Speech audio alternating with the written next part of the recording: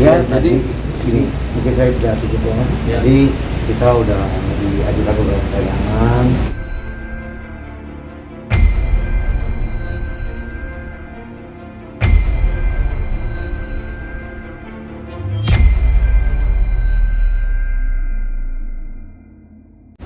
Kita klarifikasi, jadi mungkin selanjutnya kemudian kuasa hukum kami lah yang menjelaskan yang lebih detail dan sesuai dengan apa yang terjadi gitu ya.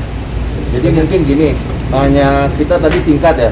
Sebenarnya hanya ada 15 pertanyaan.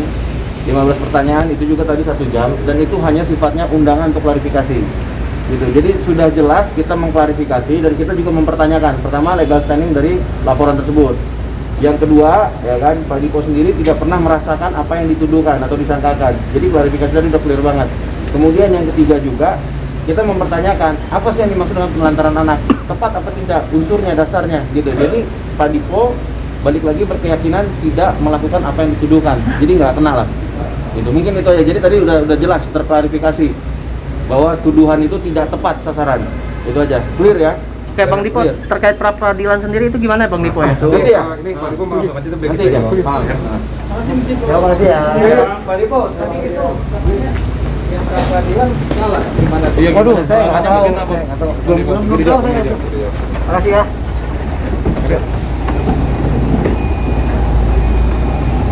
Ketahui kan kita juga tim lawyer, jadi sudah ada yang mengurusi masing-masing, gitu. Kalau untuk Prapit sendiri, kebetulan kita di sini timnya yang Prapit nggak ada, gitu. Yang tim Prapit ada di PN Jaksel tadi. Kita di sini tim yang mendampingi Pak Dipo untuk undangan klarifikasi, gitu. Terkait Prapit sendiri, saya hanya sebatas untuk mendampingi saksi W, gitu. Jadi kalau mau menanyakan soal putusan Prapit tadi seperti apa dan bagaimana, mungkin bisa ditanyakan ke rekan sejawat kita di itu aja. Oke Bang, terkait tidak ada unsurnya penelantaran anak itu maksudnya gimana Bang ya? Kalau nggak salah tadi ada statement seperti itu. Ya, jadi gini, kalau misalnya ada laporan penelantaran anak ini kan bisa dilihat yang disebut dengan penelantaran anak ini apa?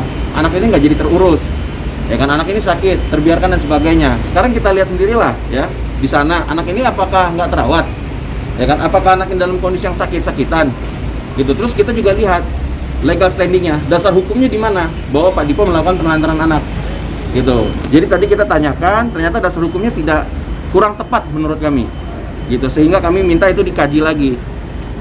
Mungkin itu. Oke, lalu terkait pihak sebelah sana menyebutkan jika Pak Dipo tidak mau melakukan tes DNA, itu bagaimana Bang tanggapannya? Oh enggak, jauh. Jadi gini ya, ini laporan dan ini baru undangan untuk klarifikasi. Gitu. Ada aduan diduga melakukan penelantaran anak, kemudian diklarifikasi, gitu. Pak Dipo tidak pernah merasa melakukan atau menelantarkan anak.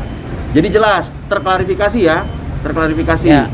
Soal tes DNA ini case yang berbeda lagi, gitu. Karena dari tim untuk kasasi ya, itu juga sudah melakukan upaya. Itu ada nanti, gitu. Jadi nggak begini, nggak di sini. Masih terlalu awam, terlalu prematur lah kita untuk bilang itu. Berarti ada keinginan Pak Dipo untuk melakukan tes DNA terhadap anaknya ini? Itu nanti hukum apa beban pembuktian itu, gitu. Itu mungkin nanti. Ini masih terlalu jauh lah, gitu. Dan itu kan juga memang keinginan Pak Dipo dari awal untuk mengetahui itu, gitu. Tapi nggak kayak gini lah caranya. Bang, kalau Pak Dipo merasa tidak menelantarkan anaknya, apakah ada biaya yang dikirimkan kepada pihak sana untuk membiayakan anaknya atau kayak gimana? Bang? Nah, itu ditanyakan pihak sana. Beban Tapi pembuktiannya kan di sana. Kalau dari Dipo Pak- nggak merasa bahwa membiayai tiap bulan nafkahnya? Jadi gini, kalau itu kan nanti ini kan hal yang berbeda lagi, gitu. Kalau misalnya ditanyakan apakah Pak Dipo tidak membiayai dan melantarkan anak, ini jelas case yang berbeda nih. Karena kan kita masih ada upaya PK terhadap putusan kasasi, gitu. Jadi dihormati dulu proses itu. Kita tunggu dulu proses itu, gitu loh. Ya kan, yang jelas yang perlu diketahui adalah Pak Dipo tidak pernah meragukan anak itu adalah anak hasil pernikahan. Cuman status hukumnya itu yang juga kami pertanyakan, gitu. Untuk buat aduan penelantaran anak, dasar hukumnya apa, gitu loh. Kita mesti tahu dulu, kalian juga mesti ngerti, gitu ya. Anak ini disebut anak Pak Dipo, dasar hukumnya apa. Kalau isbat kita masih ada PK-nya dari kasasi, gitu. Kalau sejauh ini Pak Dipo komunikasi seperti apa sih? Tentang apa nih komunikasi apa? Iya, dengan yang pihak sebelah sana gitu. Apakah ada komunikasi sebelum terjadinya Yang jelas pelaporan sebelum ini? terjadinya ini Pak Dipo ini orangnya kooperatif, baik, etikat baiknya ada, cuman dari pihak sana yang menghalang-halangi. Selalu menghindar, mungkin kan bisa dilihat juga dari pemberitaan-pemberitaan sebelumnya. Siapa sih yang menghindar, siapa sih yang mau ngegembok dan sebagainya. Sekarang muncul nih pertanyaan dari kami, gantian nih kami nanya. Statement dia pernah bilang bahwa anak itu diadopsi oleh F, temannya, ya kan? Pertanyaan kami, benar nggak itu udah diadopsi? Itu yang pertama.